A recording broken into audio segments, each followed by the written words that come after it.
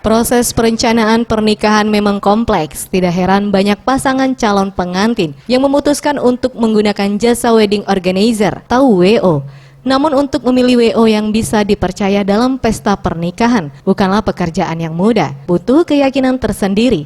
Salah mempercayai WO bisa berakibat fatal di hari H. Dwi Cahyo Project Manten WO menjelaskan, untuk konsumen yang akan melangsungkan pernikahan, beberapa langkah harus diperhatikan seperti melihat track record dari wedding organizer tersebut dan juga penting bagi masyarakat melihat portofolio yang dibawa oleh para penyedia WO, serta jangan tergiur dengan harga murah atau promo yang diberikan WO tersebut.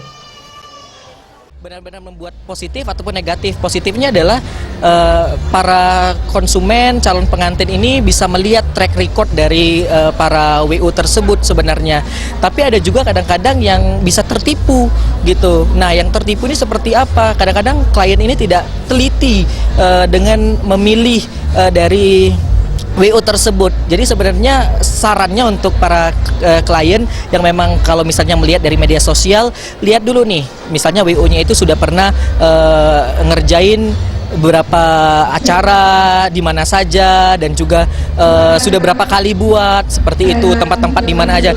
Jangan sampai cuman Instagramnya atau di Facebooknya itu baru update 2-3 event, akhirnya karena tertarik harga murah jadi pengen ikut-ikutan promo tersebut, padahal sebenarnya harga murah itu tidak menentukan bahwa itu terpercaya gitu loh. Sementara itu Stephen dan Jessica, pasangan yang akan melangsungkan pernikahan mengakui, ia bersama pasangannya mempunyai trik sendiri yakni dengan melihat WO yang sudah terkenal dan menggunakan jasanya. Selain itu harus lebih jeli dan teliti melihat poin-poin surat kontrak yang menjadi kesepakatan. Kategorinya.